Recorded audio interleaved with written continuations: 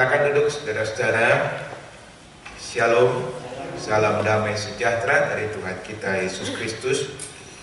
Hari ini saya akan bicara tentang seputar keluarga. Dan besok istri saya, Ibu Elizabeth, saya kira saudara tidak asing lagi karena tahun lalu pernah juga menyampaikan seminar ya di tempat ini, akan kembali melanjutkan pembahasan seputar penyakit kanker yang kalau kita lihat akhir-akhir ini semakin merajalela ya, banyak sekali orang terkena sakit kanker. Jadi oleh karena itu ya, kesehatan ini tentu diingini oleh semua orang. Amin saudara. Jadi undang banyak orang supaya bisa datang. Paginya, bukan pagi, siangnya jam 12 kalau ada waktu. Ibu Elizabeth juga bicara di KJRI, ya, di gedung KJRI, dan itu untuk umum. Topiknya beda. Kalau yang nanti di GKI Monrovia adalah tentang kanker ya, tapi kalau yang siangnya untuk umum, artinya ya kesehatan secara umum, dan juga bukan hanya mengundang orang-orang Kristen. Jadi untuk kalangan umum. Jadi nanti dari saudara sepupu kita dan sebagainya juga akan datang. Jadi saudara, rencananya kalau tidak ada halangan akan dibuka oleh Bapak Konjen. Jadi kalau ada waktu saudara bisa datang. Jadi besok bisa dapat double porsi ya. Siang dapat, malam dan dapat lagi ya, khusus untuk GKI di Monrovia ini. Nah saudara-saudara, bicara keluarga tentu luas ya. Kita mau rileks saja, kita mau tidak formal. Bahkan saya senang kalau ada interaksi tanya jawab, namanya saja seminar ya. Saya dikasih waktu berapa lama dulu nih untuk bicara? 3 jam. 3 jam katanya ya. Oke, ya. Tentu nanti ada tanya jawab ya. Kemudian saya juga rindu ya. Bagaimana? Jadi 4 jam. Buat tanya jawab jadi 4 jam. Dan saya juga rindu nanti selesai ya seminar, makanya jangan pulang dulu. Saya ingin doakan ya, keluarga demi keluarga tambah 1 jam lagi. Berarti 5 jam ya. Oke, supaya kita bisa aktif ya, saya juga minta setiap teman-teman di sini untuk membantu saya membacakan ayat-ayat firman. Ya, siapa saja ya yang bersedia. Nah, saya mengambil tema membangun pernikahan seumur hidup. Karena itu rencana Tuhan. Amin. Tuhan tidak menghendaki perceraian. Tuhan menghendaki pernikahan langgeng seumur hidup sampai kematian memisahkan. Jadi saudaraku, di dalam Tuhan tidak ada ya pelajaran tentang orang Kristen bisa bercerai. Ya, karena kedegilan orang-orang pada waktu itulah, makanya saudaraku, Musa mengatakan ya kedegilan hati, maka orang-orang bercerai. Padahal firman Tuhan katakan tidak boleh ada perceraian ya. Nah saudara-saudara, hari ini kita mau bahas banyak hal ya, sesuai waktunya tentu. Hal-hal apa saja yang bisa menghambat, mengganggu pernikahan kita sehingga bisa kandas di tengah jalan, tidak langgeng ya, tidak sampai seumur hidup. Nah ini yang mengganggu. Ada banyak hal untuk. Yang pertama saya mau bicara kalau dalam rumah tangga kita ya. Yang pertama saudaraku, kita ternyata orang Kristen hanya membangun rumah tangga kita dengan dasarnya pasir. Itu pasti akan satu hari rubuh. Pasir itu gak kuat. Firman Tuhan katakan orang yang membangun rumah, termasuk di dalamnya pengertiannya rumah tangga, dengan dasar pasir pasti rubuh. Tapi kalau kita bangun keluarga kita dengan dasar batu, nanti ada badai, ada masalah, ada persoalan, puji Tuhan, keluarga kita tetap kuat. Amin. Sebab yang namanya persoalan itu pasti ada, dan itu bisa datang sekonyong-konyong. Mari kita lihat ayat pertama kita, dan saya minta ya satu orang bisa tolong membaca di dalam Matius pasal 7 ayat 24 sampai ayat yang ke-27. Ini Tuhan Yesus sendiri, saudaraku, yang bicara.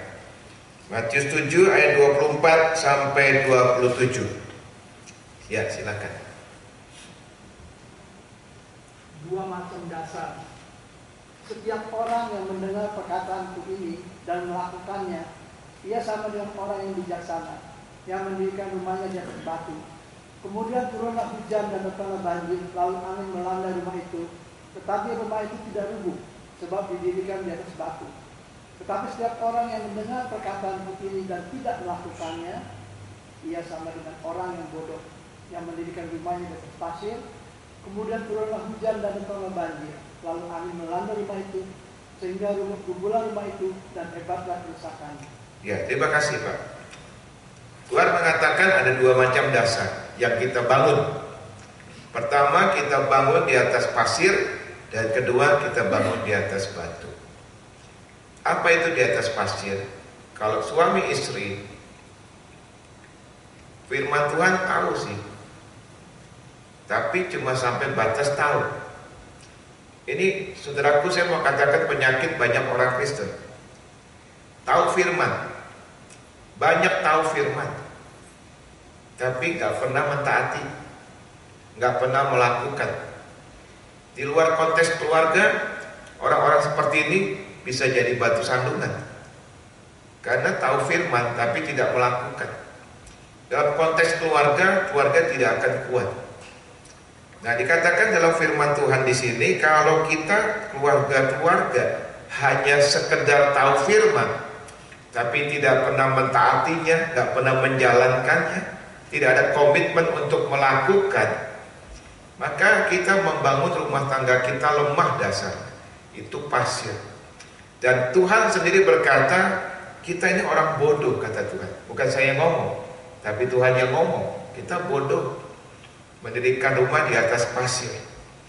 Tapi Tuhan berkata sebaliknya, kalau kita mendirikan rumah di atas batu, artinya apa yang kita dengar, firman Tuhan itu kita taati, kita lakukan. Tuhan berkata kita menjadi orang yang bijaksana dan mendirikan rumah di atas batu yang kokoh kuat. Jadi bagi saya, saudaraku, lebih baik kita tahu sedikit firman, tapi kita lakukan. Amin. Daripada kita tahu banyak firman, tapi kita nggak pernah lakukan. Di Jakarta ada seorang, saya boleh katakan orang ini nyanyi Tuhan, omnipresent. Tuhan kan omnipresent ya, ada di mana-mana. Orang ini juga, artinya di setiap seminar ada. Di seminar ini dia ada, seminar ini dia ada. Wah, kalau soal firman hebat. Tapi terus terang saya perhatikan, perilakunya kok nggak berubah. Jadi batu sandungan buat orang. Lebih baik kita tahu sedikit firman, tapi kita lakukan, jadi berkat. Katakan amin. Daripada kita tahu banyak firman, tapi kita nggak melakukan. Bukankah itu orang Farisi? Tentu lebih baik lagi kalau kita tahu banyak firman dan kita lakukan. Itu yang Tuhan mau. Nah, saudaraku, penting sekali ketaatan. Saya berbicara dari hati ke hati ya.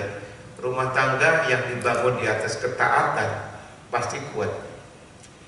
Saudara, ibadah setiap hari Minggu di tempat ini, simpel saja jadi orang Kristen. Lakukan itu, maka kita akan menjadi keluarga-keluarga yang kuat. Nah, saudara, Tuhan rindu berkati kita. Siapa yang setuju Tuhan rindu berkati kita? Katakan setuju ya. Tapi kalau saya mau jujur katakan, berkat Tuhan itu bersyarat. Ada pihak Tuhan, ada pihak kita. Tergantung kita taat apa enggak. Jadi berkat Tuhan itu tergantung ketaatan kita. Maka saya katakan ketaatan itu mendatangkan berkat. Nah, berkat Tuhan itu juga per area kehidupan. Tidak bisa dibikin general, tapi per area kehidupan. Di area kehidupan mana kita taat, saya mau katakan pasti ada berkat Tuhan. Amin. Ambil contoh ya. Besok Ibu Elizabeth akan bicara kesehatan. Saya mau tanya nih sama saudara.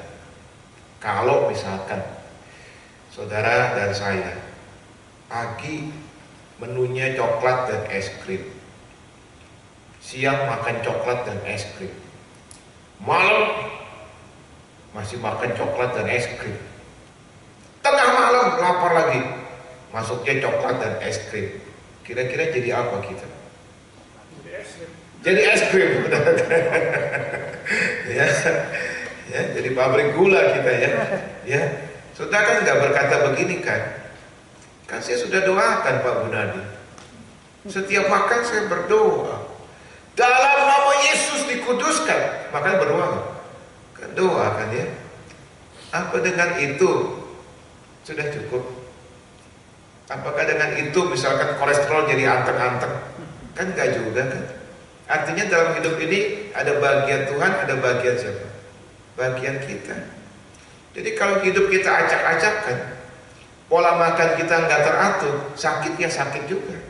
Betul kan? Walaupun saudaraku kita makan berdoa. Artinya dengan kata lain saya mau katakan saudaraku, bahwa berkat Tuhan itu tergantung di area mana kita taat. Kalau ya besok saudara banyak dengar tentang kesehatan, saudara menjalankan prinsip-prinsip firman Tuhan tentang kesehatan, maka saya katakan pasti ada berkat Tuhan tentang kesehatan. Amin. Itu cara Tuhan mendidik kita orang-orang Kristen. Nah, saya mau cerita saudara ya.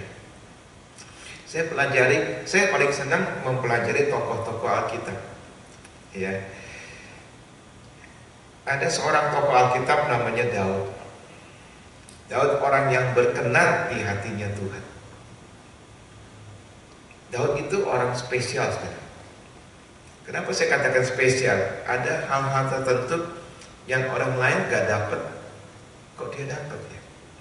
Salah satu contoh misalkan, nanti ini saudaraku setelah Tuhan Yesus datang kali yang kedua, kita gak langsung ada di surga, tapi dikatakan ada satu masa yang namanya kerajaan 1000 tahun damai. Dan di situ ada yang memerintah, dan yang memerintah itu ditentukan oleh Tuhan. Dan Alkitab katakan di kitab Yesaya, Daud termasuk salah satu yang sudah ditentukan oleh Tuhan akan memerintah dalam kerajaan 1000 tahun damai. Kristus disebut anak Daud. Banyak tokoh-tokoh Alkitab yang lain, tapi Kristus disebut anak Daud. Jadi saudaraku, Daud ini sepertinya ada sesuatu yang spesial. Dan dia raja terbesar dari bangsa Israel. Bukan Salomo, tapi Daud, saudara. Nah saudaraku, tapi Daud ini tetap namanya manusia, punya kelebihan, punya kekurangan. Saya perhatikan saudaraku, dengar baik-baik. Kelebihannya di area perang. Alkitab katakan kemanapun Daud berperang, Tuhan memberi kemenangan. Kemanapun Daud berperang, Tuhan memberi berkat, kemenangan. Mari kita lihat ayatnya ya. 2 Samuel, tolong dibaca, bantu saya untuk baca. 2 Samuel 8 ayat 14. 2 Samuel 8 ayat 14.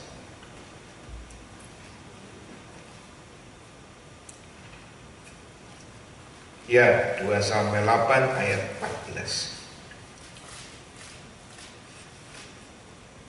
Siapa aja boleh. Lalu ia menempatkan pasukan-pasukannya pendudukan di Edom, Di seluruh Edom ditempatkannya pasukan-pasukan pendudukan, sehingga seluruh Edom diperbudak oleh Daud. Tuhan memberi kemenangan pada Daud kemanapun ia pergi berperang. Ya, kemanapun pergi berperang, Tuhan beri apa? Kemenangan.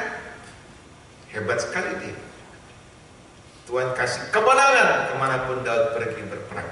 Pertanyaannya, kenapa sampai bisa begitu ya? Nah, saya jumpai saudaraku karena taat. Benar-benar saudaraku, kalau kita taat sama Tuhan, Tuhan berkati kita. Ulangan pasal 20. Saya ajak saudaraku melihat. Ulangan pasal 20. Ya, saya kasih pendahuluan dulu ya, baru nanti masuk ke keluarga. Ulangan pasal 20. Kalau saudara perhatikan ya, dari ayat 1 sampai dengan ayat 20 ada sebuah hukum. Mungkin kita jarang baca ya.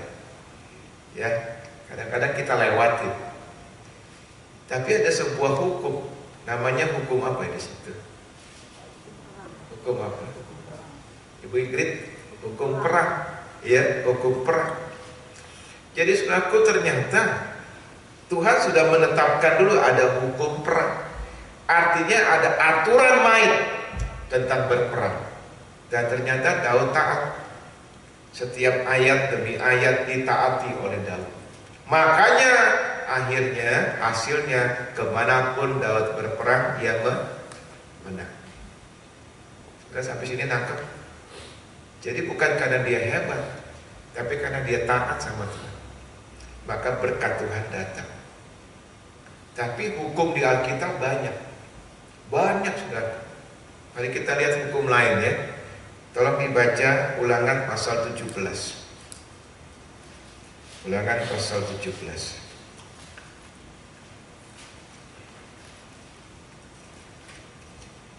Ada hukum lain. Kalau sudah perhatikan dari ayat 14 ya, Ulangan 17 ayat 14 sampai ayat 20 ada hukum tentang raja. Jadi raja gak bisa sembarangan, Bapak Ibu, gak bisa. Ada aturannya, ada hukumnya. Saya pelajari saudaraku, kita menyikat waktu ya. Di ayat 17 Daud melanggar. Ayat 17 Daud melanggar. Daud gak taat. Ayat 17, tolong dibaca. Satu orang membantu saya. Ayat 17. Ulangan 17 ayat 17. Juga janganlah ia mempunyai banyak istri, supaya hatinya jangan menyimpang. Emas dan perak pun janganlah ia kumpulkan terlalu banyak. Ya, dilanggar. Raja itu nggak boleh banyak istri, nggak boleh. Ternyata dilanggar oleh Daud. Daud tahu nggak? Tahu. Dilanggar, nggak taat sama Tuhan. Mari kita lihat dulu ayatnya ya. 2 Samuel 5 ayat 13. Tolong seorang membacakan. 2 Samuel 5 ayat 13.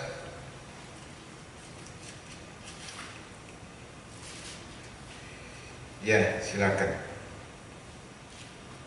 2 Samuel 5 ayat 13. Daud mengambil untuk beberapa kunduk dan istri dari Yerusalem. Setelah dia datang dari Hebron, dan bagi Daud masih lahir lagi anak-anak laki dan Ya, dilanggar bukan Ibu? Sebab Tuhan berkata, seorang raja tidak boleh punya banyak istri. Tapi ayat ini berkata Daud mengambil lagi beberapa budik dan istri. Ada kata mengambil lagi, artinya udah punya belum?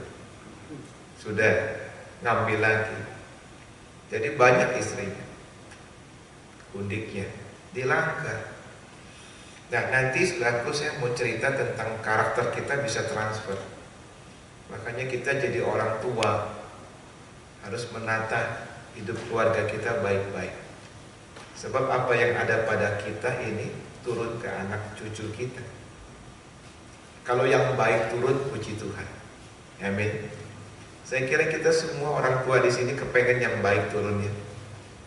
Sifat sabar kita turun, tentu baik ya. Saudara mau anak saudaraku sabar apa tidak sabar? Ya tentu sabar ya. Karakter yang baik turun. Tapi yang buruk jangan. Saudaraku tanpa kita sadari ya. Ini real, ini nyata.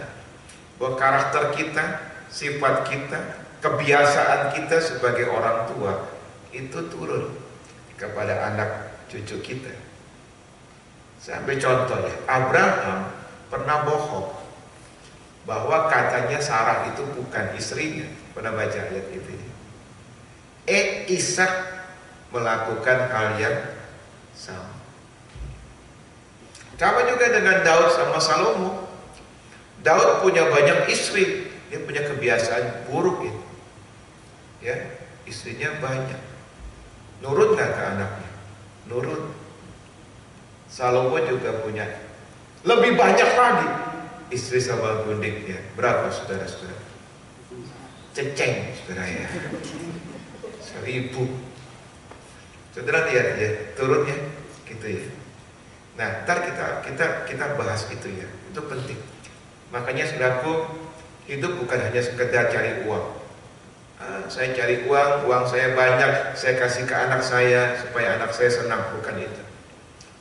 Lebih daripada itu, karakter kita turun, sifat kita turun. Jadi kalau kita misalkan pemarah, pernah kan ada orang mungkin guyon, tapi itu benar. Kamu pemarah, kenapa? Pantas saja karena papaku juga pemarah, gitu saudaraku. Mungkin guyon, tapi sebenarnya di Alkitab diajarkan bahwa itu sesuatu yang bisa transfer. Ya, nah saudaraku, kita kesampingkan dulu itu, kita melihat di sini bahwa Daud tidak taat dengan hukum raja. Maka akhirnya saudaraku, perhatikan baik-baik, di area rumah tangganya Daud kacau. Ini namanya seminar ya, kita interaksi. Coba kasih tahu, kira-kira apa masalah di rumah tangga Daud yang saudara ingat? Masalah apa yang terjadi? Ada yang ingat? Perkosaan, betul sekali. Tamar diperkosa sama saudara kandungnya sendiri. Ada lagi. Absalom memberontak kepada Daud. Itu anak kandungnya sendiri. Ganteng, tinggi, besar, tapi berontak, melawan orang tuanya sendiri. Ada lagi. Ya? Daud membunuh Uria.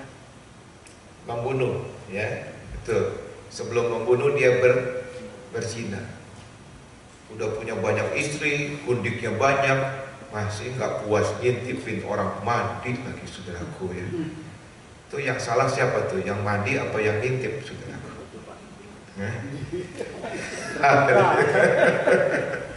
Ya, udah punya istri banyak, gundiknya banyak, masih ngintip lagi. Akhirnya berzina kan. Anak hasil perzinahannya kenapa? Meninggal ya. Dengan kata lain kita simpulkan, kacau, keluarganya kacau.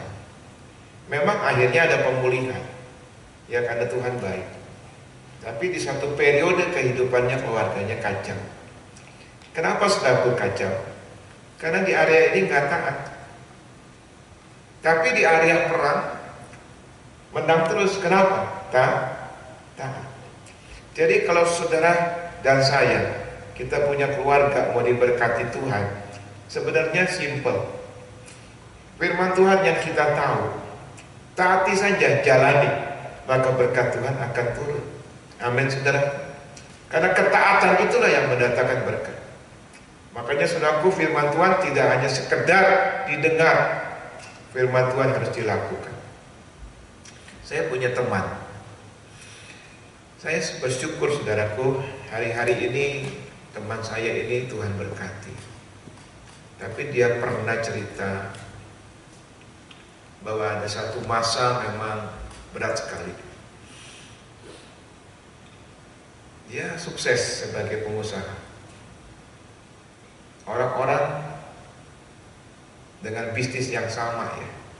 Waktu itu stuck, tapi dia bisa naik. Tuhan berkati, bisnisnya diberkati. Tidak heran. Kenapa saya katakan tidak heran? Karena dia memang menjalankan prinsip keuangan secara alkitabiah. Dia didik istri dan kedua anaknya untuk tidak boleh lalai mengembalikan persepuluhan. Karena persepuluhan milik Tuhan. Dan Tuhan janji, masa aku nggak buka tingkap langit memberkati engkau berkelimpahan. Dalam bahasa aslinya kata kelimpahan diterjemahkan sampai kita tidak bisa menampung lagi berkat Tuhan. Itu yang dilakukan oleh orang ini. Selalu bilang sama istri dan anak-anaknya, tidak boleh lalai, kembalikan milik Tuhan. Bukan hanya itu, diajar saudaraku istri anak-anaknya untuk mulai menabur. Kalau 10% kan dikembalikan kepada Tuhan ya, itu milik Tuhan. Masih sisa berapa persen? 90%. Dari situ ditabur sebagian untuk pelayanan desa. Karena Indonesia sudah luas ya, misi di mana-mana, tabur. Barang siapa menabur dia akan menuai. Makanya nggak heran saudaraku di area ini nggak kekurangan. Jadi kalau ada saudaraku kita yang struggle di bidang keuangan, coba berdoa tanya Tuhan, apakah prinsip-prinsip keuangannya sudah betul belum? Kalau sudah betul pasti ada berkat. Amin. Pasti ada berkat. Tapi di area lain gagal. Jadi saudaraku berkat Tuhan per area, tidak general, tergantung kita taat apa enggak. Ya, besok Ibu Elizabeth bicara kesehatan. Kalau kita taat dengan prinsip-prinsip kesehatan yang Tuhan berikan, kita sehat. Amin. Tapi kalau kita melanggar, ya kita nggak sehat. Saudara, di Jakarta ya, saya nggak tahu di sini ya, kabar-kabar tentang sakit kanker, serangan jantung, stroke, itu makinan saudara. Makinan. Saya punya kenalan seorang dokter, dia cerita, itu saudaraku yang namanya pasang ring di Indonesia, itu sudah makanan dia sehari-hari. Udah terlalu banyak. Sampai malah katanya perusahaan asuransi, beberapa perusahaan asuransi itu sudah keluarkan itu. Artinya tidak diganti karena memang sudah terlalu sering. Rugi asuransinya. Ya, dikit-dikit ring tadi itu mahal saudaraku. Cek atau di sini ya, di Jakarta itu satu ring itu kira-kira 70 juta. Ada satu saudaraku family jemaat saya sampai jual satu kafling tanah karena pasangnya 3 ring. Satu ring aja 70 juta, 3 ring 200 juta. Itu baru ringnya aja, belum dokternya, belum obatnya saudaraku. Ya saudaraku, banyak terjadi. Ya, jadi kalau kita orang Kristen, kita di area ini tidak taat dengan hukum-hukum kesehatan yang Tuhan berikan, tetap saja sakit. Tapi kalau kita taat, puji Tuhan, saya percaya ada berkat kesehatan dari Tuhan. Katakan amin. Jadi ketaatan itu penting ya. Nah tadi saya lanjutkan, di area lain pengusaha ini gagal. Ini kisah nyata saudara. Satu sore dia pulang kantor, masih sore. Jarang dia pulang sore, tapi karena waktu itu dia meeting di luar, jadi dia nggak balik ke kantor. Udah dekat rumah ya dia pulang ke rumah. Ketemu anaknya yang besar, lagi mandi di kamar mandi di dalam kamar. Ya. Jadi dia nunggu lama kok nggak keluar. Jadi dia keluar dulu dari kamar anaknya. Nah, kamar anaknya saudaraku didesain ada meja belajar di dekat pintu. Jadi waktu dia keluar, ada handphone anaknya di meja belajar anaknya berbunyi. Sebenarnya dia nggak iseng ya, ngeliat-ngeliat ya. Tapi pas benar ya, pas lewat bunyi SMS suara di handphone anaknya. Jadi akhirnya tergoda juga untuk lihat apa sih ini, terbaca. Isinya gini, kemarin malam enak ya, kapan kita lakukan lagi? Bunyinya begitu. Kan itu umum ya Pak. Itu bisa makan sama-sama, betul ya Bu? Bisa ke mall sama-sama, bisa mungkin ya apa sesuatu yang umum. Tapi si ayah ada rasa nggak enak. Ini apa nih? Kemarin malam enak, kapan kita lakukan lagi? Singkat cerita ditanya anaknya yang besar, ini apa? Papa kok rasa nggak enak baca SMS ini? Singkat cerita ngaku, itu bukan makan sama-sama, bukan ke mall sama-sama, tapi ternyata anak perempuan itu yang masih kuliah, ya berarti belum sampai 20 tahun, mungkin baru 19 tahun gitu ya, masih muda sekali, sudah melakukan hubungan seks dengan teman kampusnya. Itu yang disebut enak tadi. Marah besar si ayah, kamu anak gak tahu diri, dibayarin untuk kuliah malah memalukan orang tua. Saudara, anaknya nggak takut. Anaknya nggak takut. Anaknya tatap muka ayahnya dengan sinis. Dan kemudian anaknya berkata, Papa berani-beranian tampar aku, jadi tampar sama Papa. Papa sendiri apa? Papa munafik. Mama udah cerita Papa. Papa memang ngancem supaya Mama nggak cerita sama orang lain. Tapi Mama sudah nggak tahan, dia cerita sama aku. Papa main gila sama sekretaris Papa di kantor. Papa ada affair dengan sekretaris Papa di kantor. Berani-beranian tampar aku. Munafik Papa. Gitu sudah. Anak itu sempat kabur. Akhirnya pulang memang. Dilayani oleh hamba-hamba Tuhan. Tapi nggak gampang. Luka. Sudah nggak ada trust sama ayahnya. Dia anggap ayahnya munafik. Cuman tahu firman. Tapi sendiri berzina sama sekretaris di kantor. Saudaraku, ini keluarga nyaris cerai. Sebab sudah terucap kata cerai. Istrinya saudaraku dari gemuk, kurus, bukan diet, bukan saudaraku. Ya, tapi capek hati, air mata, nyaris cerai. Itu kemurahan Tuhan yang memulihkan keluarga ini. Di sini kita lihat ya, di area keuangan nggak ada masalah. Sebab memang prinsip-prinsip perpuluhan, prinsip-prinsip persembahan dijalankan. Tapi di area menjaga kesucian rumah tangga, keluarga ini gagal. Sehingga akhirnya kecolongan. Jadi kalau saudara dan saya mau menata rumah tangga ini dan diberkati oleh Tuhan, mari. Ini poin yang saya mau sampaikan. Pokoknya di semua area yang kita tahu, yang kita sudah diajarkan, firman Tuhan yang sudah kita kenal, di gereja kita sudah dengar, diajarkan oleh pendeta kita, taati saja. Amin. Maka ada blessing. Pasti ada blessing. Pasti ada berkat. Katakan amin. Pasti ada berkat. Jadi selaku itu yang saya mau katakan, membangun rumah di atas batu, bukan di atas pasir. Ya, makanya saya mau mendoakan keluarga-keluarga di tempat ini supaya kita kuat. Kita nggak bangun di atas pasir. Nanti badai satu hari datang, kita nggak kuat. Apalagi kita hidup sekarang di akhir zaman. Artinya tantangan tidak mudah. Baik di Indonesia maupun di Amerika, saya kira sama. Sudah berasa nggak tantangan makin berat?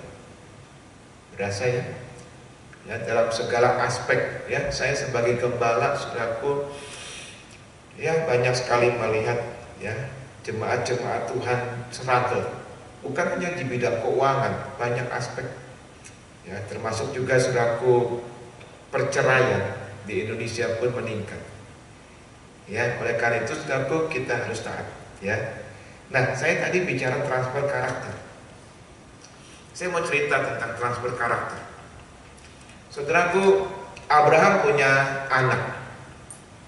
Abraham anaknya sebelum Ishak siapa? Sebelum Ishak lahir siapa? Ismail, ya, Ismail itu. Mana yang anak perjanjian? Ishak kan? Ismail bukan anak perjanjian. Jadi ceritanya gini saudaraku ya. Umur 75 tahun Abraham dapat janji Tuhan. Kamu akan dapat anak, yang dimaksud perjanjian tentu ya. Waktu jalan sampai 86 tahun. 86 kurang 75 berapa saudara-saudara? 11 tahun. Lama apa cepat tuh 11 tahun? Nunggu anak 11 tahun lama cepat? Hah? Lama cepat? 11 tahun. Saya kira lama ya. Lama ya. Akhirnya gak sabar.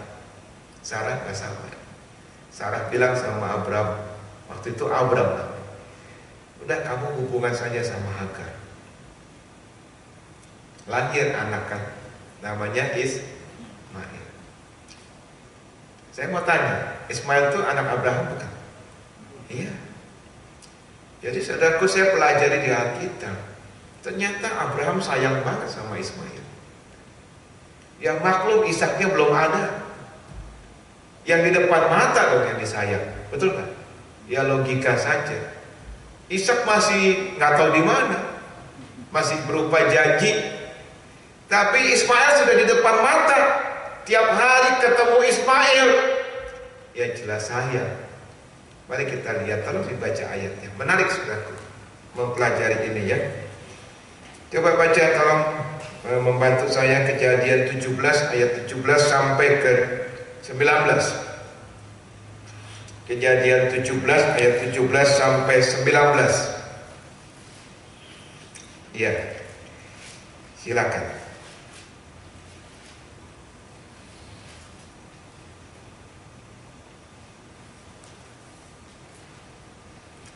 Lalu bertunduklah Ya, Abraham. terima kasih. Silakan. Lalu bertunduklah Abraham dan tertawa serta berkata dalam hatinya, mungkinkah bagi seorang yang berumur 100 tahun dilahirkan seorang anak, dan mungkinkah Sarah yang telah berumur 90 tahun itu melahirkan seorang anak? Terus 18. Dan Abraham berkata kepada Allah, sekiranya Ismail diperkenankan hidup di hadapanmu.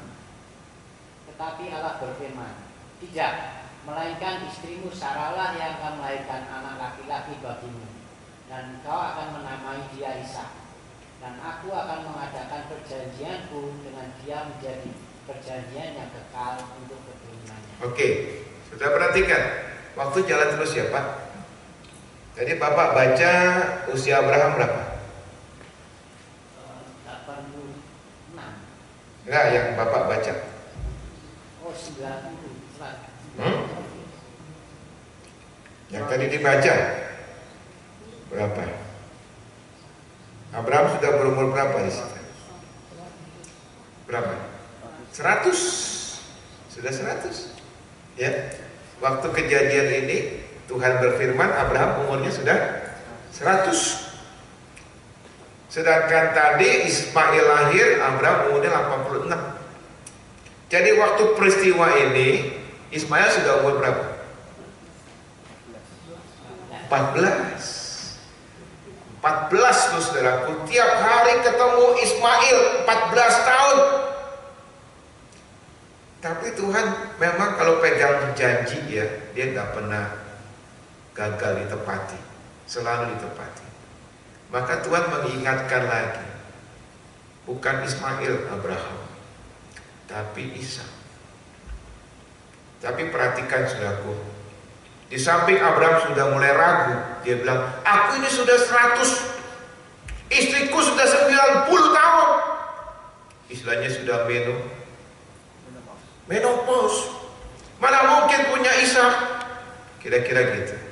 Tapi bukan itu yang saya mau bahas. Yang saya mau bahas di ayat 18. Itu menarik saudaraku kalau kita perhatikan ayat ini. Dikatakan begini, dan Abraham berkata kepada Allah, sekiranya Ismail diperkenankan hidup di hadapanmu. Dengan kata lain dalam bahasa sehari-harinya begini, udah ada Tuhan, Ishak gak lahir juga gak apa-apa. Udah punya siapa? Ismail. Udahlah berkati saja Ismail. Ngerti ya saudara? Saking 14 tahun bergaul, sampai ditegur sama Tuhan di ayat berikutnya.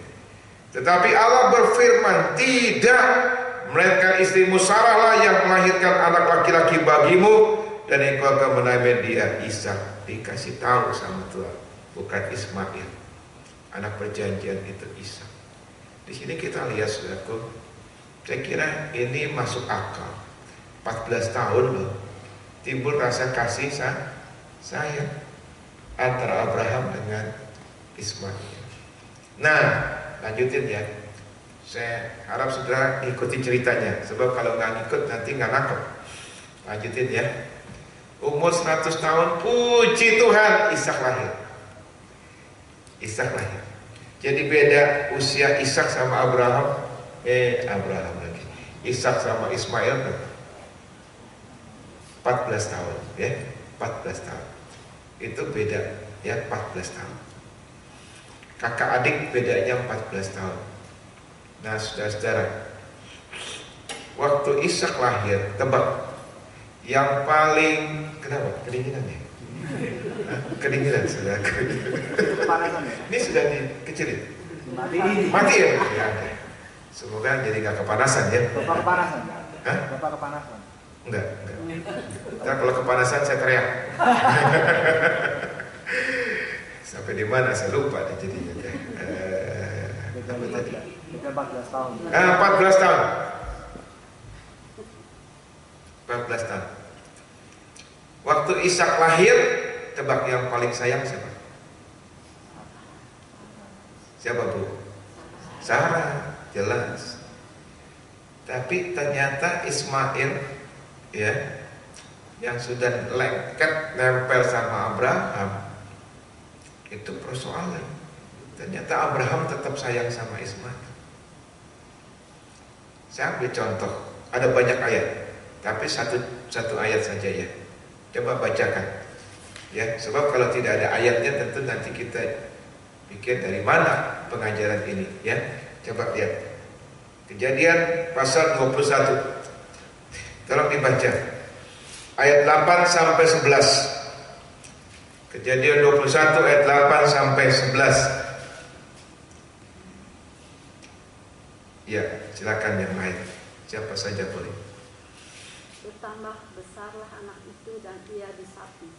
Lalu Abraham mengadakan perjamuan besar pada hari Ishak disapi itu.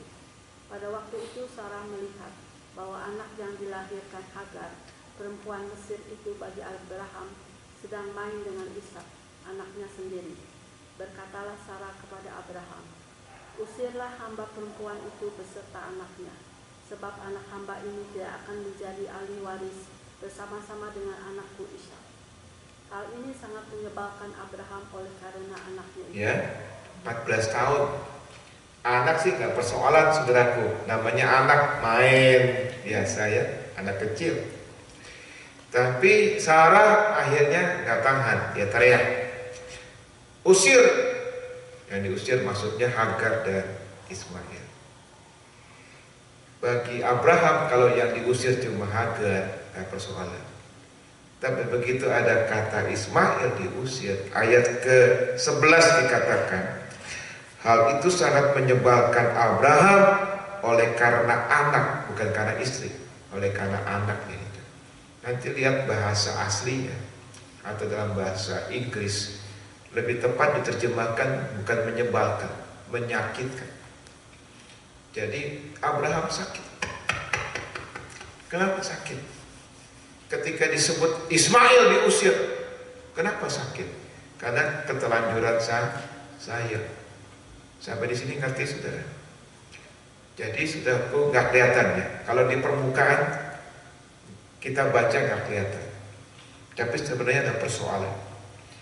Papa sayang sama anak pertama, mama sayang sama anak kedua.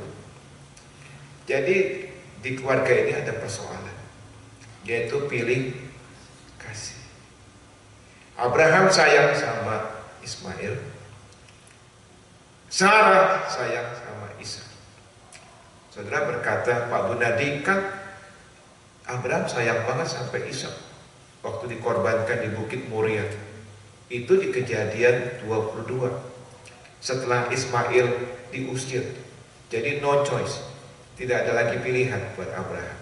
Tapi sebelum diusir, Abraham nempel hatinya kepada Ismail. Nah, yang saya mau sampaikan begini saudara, kenapa makanya kita perlu menata baik-baik rumah tangga kita. Hati-hati benar. Apa yang kita tahu firman kita lakukan. Karena yang buruk bisa turun. Kalau yang baik turun sih gak ada persoalan. Saya kepingin anak-anak saya mewarisi sifat baik saya. Saya kira setiap keluarga seperti itu. Katakan amin. Tapi tentu tidak ingin setiap orang tua mewarisi kepada anaknya sifat buruk. Tentu gak mau. Di sini ada masalah. Sekarang saya lanjutin. Ishak punya 2 anak, Esau dan Yakub. Masalahnya sama. Ishak sayang sama Esau. Karena Esau pintar masak. Ishak itu kelemahannya di kampung tengah, atau kampung tengah, di perut. Senang makan. Esau pemburu. Dia buru rusa, dia masak daging rusa kepada ayahnya. Ishak sayang sama Esau. Ribka sayang sama Yakub. Bahkan Ribka yang dorong-dorong supaya Yakub terima berkat anak sulung, ya. Persoalan sama bukan? Kita jangan salahkan Ishak, karena dia mewarisi sesuatu yang buruk dari orang tua. Itu yang saya mau sampaikan hari ini. Makanya kita harus menata rumah tangga kita baik-baik. Bukan hanya persoalan ya kita mewarisi uang yang banyak kepada anak cucu kita. Bukan itu. Tapi karakter, sifat, kebiasaan itu bisa turun. Sampai sini nangkap sudah. Di area Ishak ternyata juga nggak ada pemulihan. Nggak ada. Mungkin Ishak juga nggak sadar apa yang terjadi. Turun lagi ke satu generasi lagi. Sekarang saya bicara Yakub. Yakub anaknya banyak, 12 ya Bu. Siapa yang jadi anak kesayangan? Ibu Pem, siapa jadi anak kesayangan? Anak kesayangan Yakub, Yusuf, ya kan? Dari 12 anak tetap lagi ada anak kesayangan. Jangan salahkan Yakub. Yakub mewarisi dari Ishak. Ishak mewarisi dari Abraham. Di dalam keluarga ini semua ada pilih kasih. Ya, ada anak kesayangan. Tidak sama rata. Nah, oleh karena itu saudaraku, saya mau katakan sekali lagi bahwa ini PR kita, tugas kita orang tua. Ya, kita kerja keras ya, banting tulang, bukan hanya banting tulang, banting amang, banting ya, bukan itu. Ya, mungkin kita cukupkan uang, tapi ingat karakter kita turun. Makanya selaku saya senang bicara keluarga, karena saya tahu bahwa gereja akan kuat kalau keluarga-keluarga kuat. Amin saudara. Ya, supaya keluarga-keluarga ditata dengan baik. Nah, supaya transfer karakter yang baik kepada anak cucu kita. Ini yang penting saudaraku ya. Karena seminar tentu banyak hal-hal lain yang kita mau bahas. Sampai di sini ada yang mau bertanya dulu?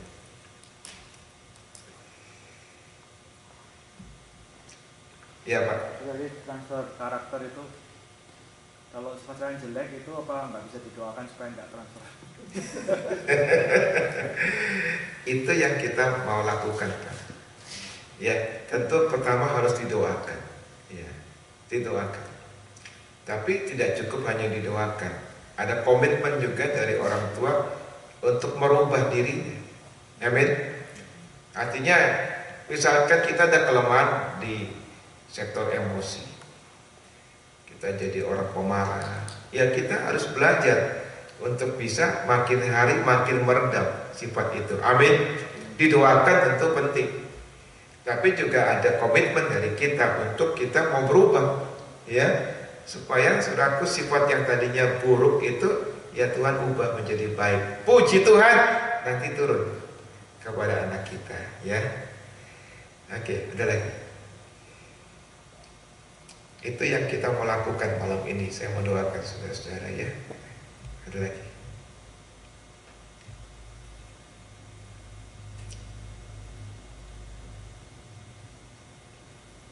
Jadi suka kita menyalahkan anak. Kalau anak bandel, anak gak tertib, anak mungkin ya ada sifat-sifat yang kita gak suka. Hati-hati saudara. Karena kalau kita urut, sebenarnya muaranya ya dari kita.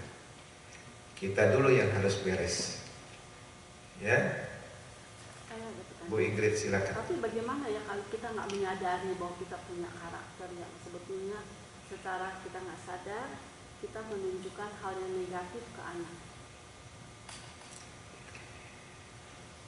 Persentase terbesar sebenarnya kita menyadari.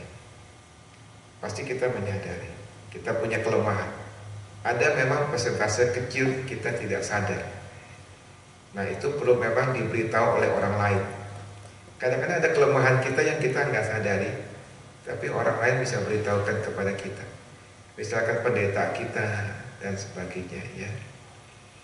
Saya sama teman dekat saya bilang, kamu tolong koreksi saya kalau saya ada sesuatu yang tak benar. Kadang-kadang kita melihat diri kita sendiri udah benar ya. Itu tapi menurut saya persentase kecil. Tapi persentase yang terbesar sebenarnya kita tahu kita punya kelemahan ya. Karena kita punya Roh Kudus. Roh Kudus itu yang memberitahukan kepada kita, kamu salah. Kamu harus memperbaiki diri ya. Jadi saudaraku, menata rumah tangga itu sangat penting dan harus hati-hati. Bukan hanya urusan kita, tapi turun kepada generasi berikutnya, saudara. Ya. Baik, ada lagi satu lagi sebelum saya lanjutkan. Iya Pak. Tadi Bapak katakan bahwa kuncinya adalah dalam ketaatan ya. Iya. Nah, apakah ada hal-hal praktis yang kita bisa membina atau belajar untuk bisa taat ya? Sebenarnya taat itu adalah satu apa ya Pak ya, satu keputusan pribadi ya. Jadi artinya gini, Tuhan mengajarkan kepada kita untuk jujur, contoh ya.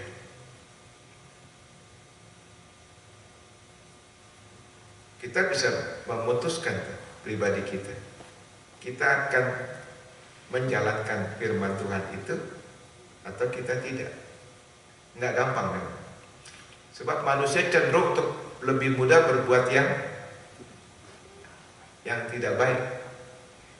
Saudara perhatikan anak kita, pernahkah kita ajar anak kita untuk tidak jujur? Rasanya orang tua nggak mungkin ya. Tapi anak kita nggak tahu dari mana bisa bertindak tidak jujur kan? Dia bohongin kita ya. Untuk berbuat tidak jujur itu nggak usah diajarin. Tapi untuk berbuat jujur artinya perlu diajarin. Itu kecenderungan manusia, itu sifat dosa yang keluar memang dari diri manusia ketika dia lahir. Nah, kita memang punya satu komitmen yang harus kita jalankan. Jadi memang bersama Tuhan tentu ya. Tuhan, saya bertekad, saya mau jujur. Sekali kepleset, jangan putus asa Pak. Terus. Karena itu harus dilatih. Ya, harus dilatih. Sampai akhirnya kita bisa jujur. Saya perhatikan ada seseorang saudaraku. Itu, waduh saudaraku, kalau bicara ngebohong, itu loncar banget. Artinya kita ajak ngomong gitu ya, dia langsung bisa ngarang cerita, cepat sekali. Nah itu kan sifat yang tidak jujur, ya. Tapi orang itu sekarang saudaraku, saya perhatikan, mulai jujur. Nah itu proses memang. Tapi saya kasih apresiasi kepada dia. Ya kamu, puji Tuhan, kamu mulai berubah. Seperti itu Pak.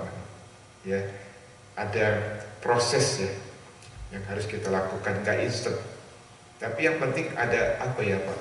Ada satu kemauan. Saya mau taat kepada firman Tuhan. Ya. Oke, ya. Saya mau lanjutin saudara ya. Nah, hal yang lain yang bisa mengganggu pernikahan itu kalau kita kurang mengerti suami istri tentang peran kita masing-masing. Nah, itu seringkali jadi masalah. Ada yang mengatakan istri penolong, suami pemimpin.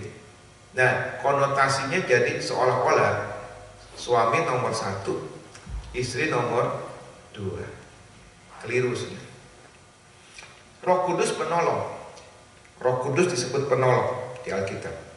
Tapi tidak lebih rendah daripada Allah Bapa dan Allah Putra. Sama. Lebih ke arah fungsi.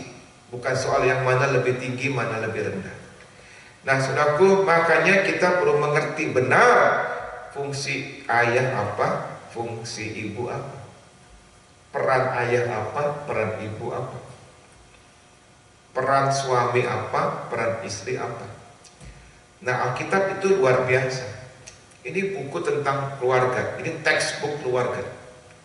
Banyak sekali soal keluarga dibahas di sini. Ya, karena Tuhan memang sangat concern tentang keluarga. Nah saya mau bicara tentang peran. Karena kalau perannya benar, kemuliaan Allah turun. Musa membuat bait Allah, perkakasnya ukurannya benar, bahannya benar, ditempatkan di tempat yang benar, kemuliaan Allah turun. Jadi kita ini, keluarga ini bait Allah. Ya, kalau ditata dengan benar, kemuliaan Tuhan akan turun. Ya. Nah, saya mau bicara yang poin kedua ini. Kalau yang tadi soal ketaatan ya. Kedua, Bapak memerankan peran Bapak dengan benar. Ibu memerankan peran ibu dengan benar. Itu akan mengurangi, sangat mengurangi konflik dalam rumah tangga dan Tuhan memberkati. Ya, saya mulai dengan istri. Ya. Istri itu dikatakan saudaraku di Alkitab ya, sebagai penolong. Di mana ayatnya? Ada yang hafal? Penolong yang sepadan. Di mana ayatnya? Kalau ada yang tahu, tolong dibaca. Kejadian.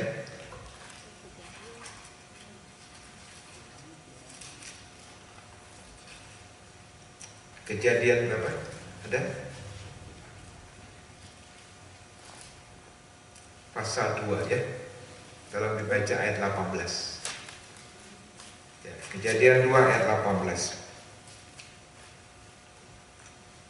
Silakan. Tuhan Allah berfirman, tidak baik kalau manusia itu seorang diri saja. Aku akan menjadikan penolong baginya yang sepadan dengan dia. Ya, penolong. Yang pertama, kalau saudara sedang mencatat, seorang istri itu menolong suami. Kata Ibrani ya, bahasa aslinya kan kalau perjanjian lama itu Ibrani ya. Kata menolong dalam bahasa Ibrani-nya ternyata juga diterjemahkan mengelilingi. Mengelilingi. Jadi istri harus mengelilingi suaminya dengan apa? Pertama dengan doa. Jadi memagari. Mengelilingi itu memagari. Memagari suaminya dengan doa. Itu tugas istri. Doakan suami. Keselamatannya, kesehatannya, pekerjaannya, ya, segala aspek. Itu fungsi istri, mendoakan suami. Didoain kan suami? Halo? Hah? Didoakan ya? Ya, memagari dengan doa, ya. Ya. Karena suami itu kepala keluarga, ditugaskan oleh Tuhan memang mencari nafkah. Jadi suami itu memang tugasnya mencari nafkah. Istri bukan berarti tidak boleh mencari nafkah, ya nggak dosa. Tapi memang saudaraku, kalau kita lihat di Alkitab, yang tugas utama mencari nafkah itu siapa? Suami. Istri menambah boleh, tapi bukan yang utama. Karena ada tugas-tugas lain yang harus dilakukan istri, yaitu salah satunya mendoakan suami. Itu satu ya. Kedua, mengelilingi apa lagi? Bukan hanya mengelilingi dengan doa. Kedua, mengelilingi dengan kata-kata pujian, kata-kata semangat, kata-kata dorongan, kata-kata penghiburan. Itu yang harus diberikan istri kepada suami. Kenapa begitu, saudara? Secara fisik, laki-laki lebih kuat dari perempuan. Tapi saudaraku, sekuler juga mengajarkan, bukan hanya firman ya, sekuler juga mengajarkan. Secara mental, pada umumnya perempuan lebih kuat dari laki-laki. Coba katakan, hidup perempuan, gitu saudaraku. Ya, survei ya, ini survei. Kekecualian tentu ada. Jadi misalkan satu keluarga, suami meninggal dulu, istri masih hidup, istri bisa panjang umur, masih bisa sekolahin anak-anak, masih bisa lihat anak-anak lulus sarjana, masih bisa lihat anak-anak kerja, bahkan masih bisa menikmati punya cucu. Umumnya ya, pengecualian ada. Tapi kalau misalkan dalam keluarga istri meninggal dulu, umumnya nih suaminya oleh nggak kuat. Umumnya, pengecualian ada ya. Kawin lagi. Atau kawin lagi saudaraku ya. Umumnya itu survei yang terjadi. Secara mental perempuan lebih kuat dari laki-laki. Secara fisik laki-laki lebih kuat. Memang ada perbedaan laki perempuan, maka kita perlu tahu itu ya. Laki-laki misalkan selalu pakai apa? Logika. Perempuan pakai perasaan. Laki-laki akan berkata saya pikir, tapi perempuan berkata saya rasa. Ya. Kalau perempuan itu orientasinya masa lalu dan sekarang, lebih ingat masa lalu dari laki. Kalau laki-laki orientasinya masa sekarang dan yang akan datang. Jadi memang suami-suami jangan sakiti istri, sebab istri masih lebih ingat apa yang terjadi. Jadi waktu cekcok nih, berantem, misalkan ribut suami istri, istri bisa ngomong begini, dulu pada tanggal 17 Agustus 1968 kamu begini, masih ingat saudaraku? Ya itu karena memang perempuan orientasinya di masa lalu. Jadi suami-suami jangan sakiti istri ya, dia ingat saudara. Nah, suami punya kata-kata satu hari 25.000, istri 2 kali lipat 50.000. Jadi jangan katakan istrimu bawel, jangan. Memang dari sononya udah begitu. Normal. Ya. Mau di Amerika kek, mau di Indonesia ya begitu. Ya. Pengecualian ada. Tapi umumnya perbenaran kata istri itu 1 hari 2 kali lipat daripada suami. Jadi 50.000 banding 25.000. Jadi suatu makanya sebenarnya istri-istri itu pengen ngobrol sama suami begitu, karena stok kata-katanya banyak. Belum tentu pengen diberikan solusi, betul nggak ibu-ibu? Tapi pengen apa? Didengerin. Cuma pengen didengerin. Nah, celakanya kan gini. Si suami kerjanya marketing. Dari pagi sampai sore di luar sudah keluarkan kata-kata 24.900. Jadi tinggal berapa saudara? Tinggal berapa? Waktu pulang ke rumah tinggal berapa bu? Tinggal 100 ya. Kebetulan istrinya ibu rumah tangga. Cuma yang ngobrol tetangga sekedarnya, telepon 50.000. Baru kepake 5.000. Jadi waktu suami pulang masih punya stok berapa bu? 45.000. Jadi si istri sudah bilang tadi buat tumplekin sama suami 45.000. Sedangkan suami tinggal berapa? 100. Nah itu yang bisa bikin masalah di rumah tangga. Istrinya ngoceh, waduh supaya suaminya kan denger ya. Waduh pak tahu ngapa begini, tahu ngapa begini, tahu ngapa. Si suaminya lama-lama nya nggak kedengeran. Sebab kenapa dia? Dia tidur saudaraku. Sedangkan istrinya lagi apa?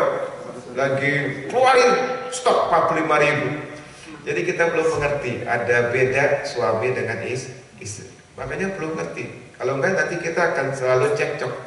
Ya, kita menganggap istri kita bawel karena memang sudah Tuhan ciptakan begitu. Ya.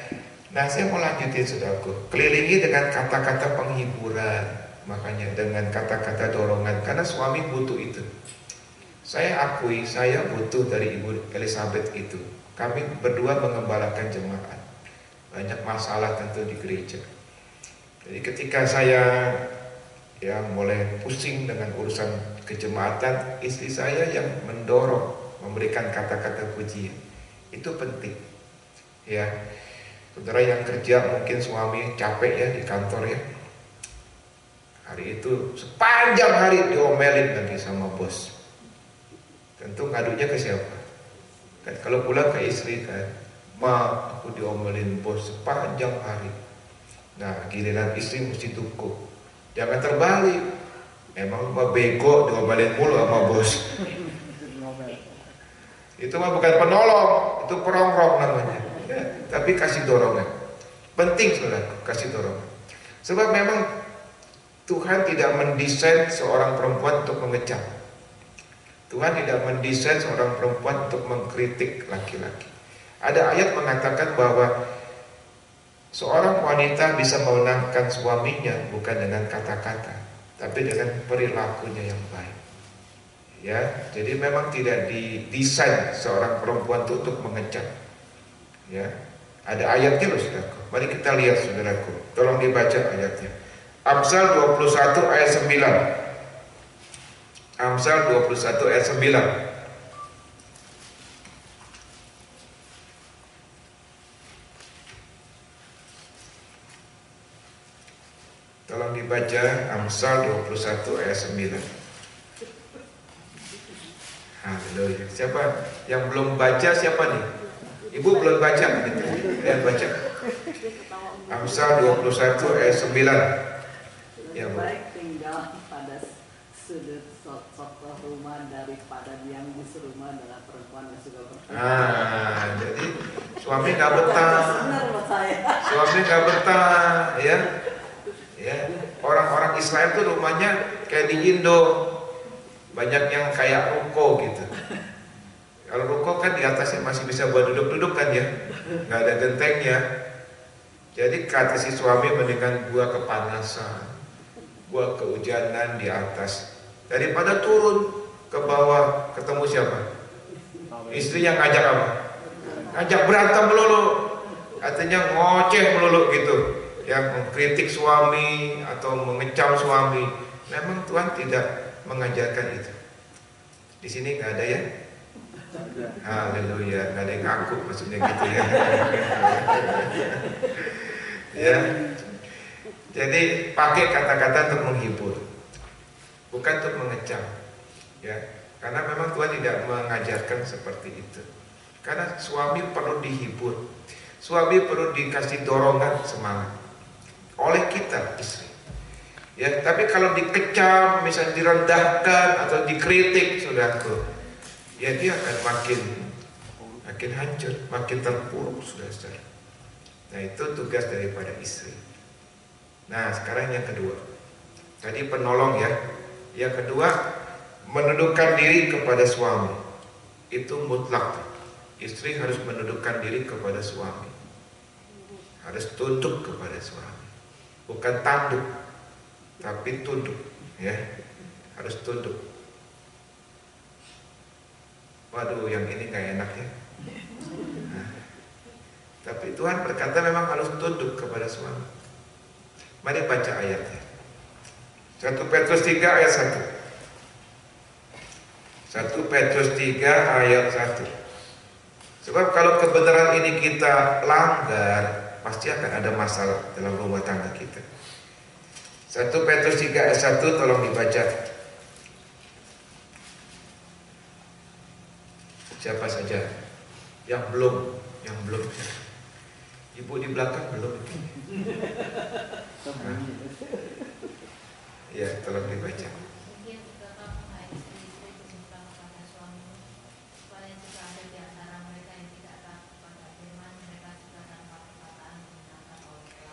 Ya, jadi istri harus apa? Tunduk kepada suami ya. Tapi ada ayat 7. Seringkali cuma dipakai satu ayat terus kelar, nggak bisa. Ada ayat 7. Tolong dibaca, Bu, sekali lagi ayat 7. Demikian juga kamu hai suami-suami, hiduplah bijaksana dengan istrimu sebagai kaum yang lebih lemah. Hormatilah mereka sebagai teman pewaris dari kasih karunia, yaitu kehidupan supaya doamu sangat berharga. Iya, jadi harus seimbang. Jangan cuma satu ayat dipakai. Istri pokoknya harus tunduk. Senjata suami kan gitu ya. Tapi dikatakan oleh Tuhan di sini suaminya harus bijak sana. Saya percaya istri-istri akan dengan rela tunduk kepada suami yang bijaksana. Amin. Memang sulit kalau suami tidak bijaksana. Tapi seandainya suami belum bijaksana, tetap harus tunduk. Tapi kalau lihat kebenaran ini, dua-dua harus berubah. Dari sisi istri harus rela tunduk kepada suami. Dari sisi suami harus hidupnya bijaksana. Saudaraku, di dalam Alkitab ada aliran berkat. Aliran berkat. Saya harus ngomong ini, saudaraku, karena ini Alkitabiah. Artinya, saudaraku, aliran ini bisa terhenti sewaktu-waktu, terganggu kalau ada yang dilanggar. Nah, kita mau lihat aliran ini urutannya dari mana? Ya, mari kita baca Mazmur 128. Mazmur 128. Tolong dibaca ayat 1 sampai 6. Yang lain silakan. Mazmur 128 ayat 1 sampai 6.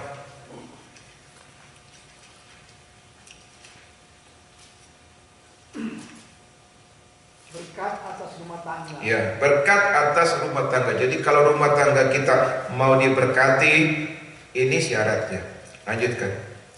Berbahagialah setiap orang yang takut akan Tuhan, yang hidup menurut jalan yang ditunjukkannya. Ya, kalau bahasa Indonesia cuma kata orang ya, orang. Tapi bahasa Inggris dan bahasa aslinya itu jelas jenis kelaminnya laki-laki. Jadi berbahagialah seorang suami, maksudnya seorang ayah ya, yang hidupnya takut akan Tuhan. Terus Apabila engkau memakan hasil jerih payah tanganmu, berbahagialah engkau dan baiklah keadaanmu. Ini bicara bisnis.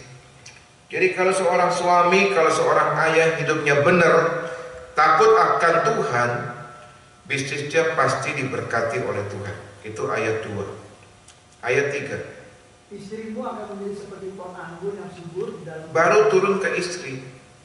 Jadi ayatnya nggak mulai dari istri. Artinya memang kepala keluarga harus siapa? Suami. Urutannya begitu, saya. Jangan dibalik, ya. Jadi saudaraku, jangan sampai istri jadi dominan. Karena saudaraku, Tuhan tidak mengajar itu. Istri tidak boleh di urutan pertama. Kembalikan urutan pertama itu jelas kepada suami, karena memang firman-Nya begitu. Lanjutkan, Pak.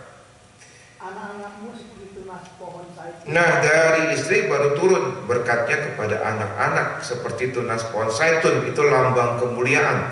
Terus Sesungguhnya demikianlah akan diberkati orang laki-laki yang takut akan Tuhan. ya, orang laki-laki, suami, ayah diberkati karena dia takut akan Tuhan. Terus Kiranya Tuhan memberkati engkau dari Sion, supaya engkau melihat kebahagiaan Yerusalem seumur hidupmu, dan melihat anak-anak dari anak-anakmu, damai sejahtera atas Israel. ya, jadi seringkali dalam konseling keluarga saya suka dengar begini, susah Pak. Kenapa susah, Bu? Habisnya dia sendiri nggak mau jadi pemimpin di rumah tangga. Kalau memutusin sesuatu dia bilang begini, terserah kamu deh. Terserah kamu.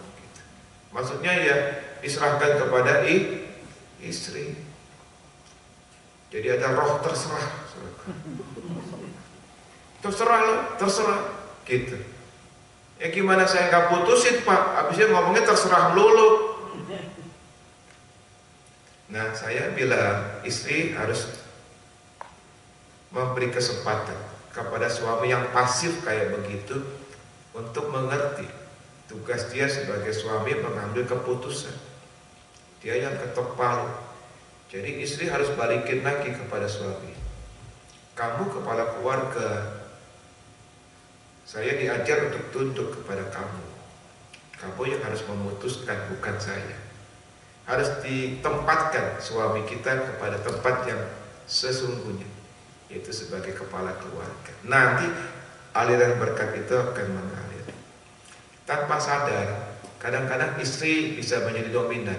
Mungkin karena pertama status sosial. Saya pernah layani sebuah keluarga karena tidak seimbang. Istri dari keluarga kaya, suami sederhana. Mereka menikah. Jadi istilahnya rumah ini pun warisan dari orang tua istri. Banyak harta dari istri. Suami istilahnya ngikut saja. Nah akhirnya saudaraku, istri yang ngambil peran dalam rumah tangga ini karena status sosial. Bisa terjadi. Tapi kalau kita tahu firman, apapun tidak akan membuat firman Tuhan jadi dilanggar. Artinya dikembalikan kepada fungsi sebenarnya seorang suami harus jadi tetap kepala keluarga yang ketok palu. Jadi kalau ada sebuah keputusan yang diambil, yang ketok palu adalah suami. Tapi hasil diskusi dengan istri, bukan otoriter. Suka kan suami bilang begini, pokoknya nggak bisa. Hasil diskusi. Tentu yang penting-penting, misalkan buka usaha, penting itu ya. Jangan ditator, pokoknya nggak bisa. Hasil diskusi, hasil doa bersama. Tapi kita menyerahkan sebagai istri, kamu kepala keluarga, kamu yang putuskan. Begitu saudaraku. Maka nanti aliran berkat itu akan turun. Saya menjumpai banyak keluarga diberkati karena aliran berkatnya benar. Ya. Tempatkan suami kita kepada posisi sebagai kepala keluarga. Nah, atau kemudian kedua, kadang-kadang yang menghambat juga bukan hanya status sosial, pendidikan. Jadi bisa saja ya, istrinya tuh pendidikannya tinggi menikah dengan suami yang pendidikannya kurang tinggi. Ya mungkin suaminya cuma lulusan SMA, istrinya pintar banget, profesor, doktor, insinyur, kalkulator, bocor. Ya, jadi waktu berunding kalah terus tuh suami. Ya maklum dia cuma lulusan SMA, yang ini pintar ya, bisa terjadi. Tapi tetap saudaraku, doakan keluarga seperti ini, tempatkan tetap suami sebagai orang yang ketok palu terakhir. Pisah sudah. Saya jumpai banyak keluarga akhirnya pisah. Sehingga akhirnya aliran berkat itu nggak putus. Amin saudaraku, nggak putus ya. Nah itu peran istri. Sebelum saya sampai kepada peran suami, ada yang mau tanya. Istri-istri. Di sini sudah tunduk semua. Haleluya.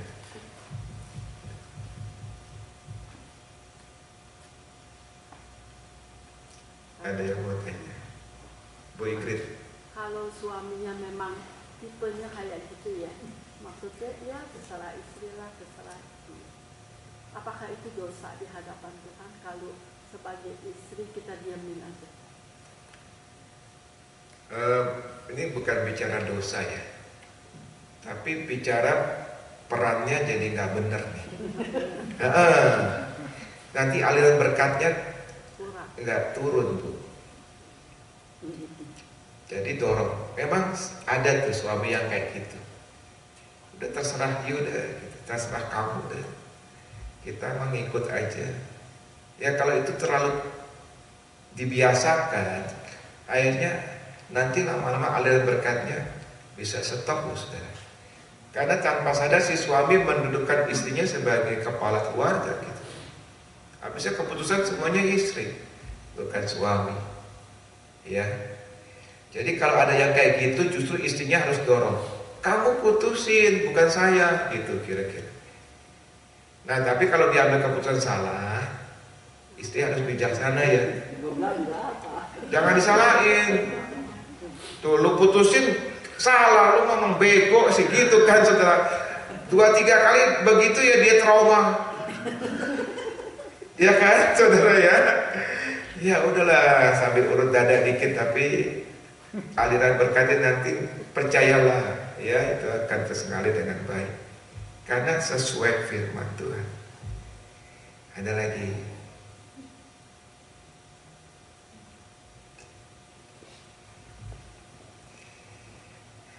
Rela tunduk? Bu, rela bu? Tunduk bu? Apa sudah tunduk? Apa masih nanduk-nanduk dikit? Haleluya. Ya. Ya karena memang firman begitu sih. Ya, Kristus berkata tunduklah kepada suamimu, kata Tuhan ya. Gitu. Haleluya. Oke ya. Nah sekarang ada lagi yang mau tanya? Kalau yang katanya berarti sudah benar ya.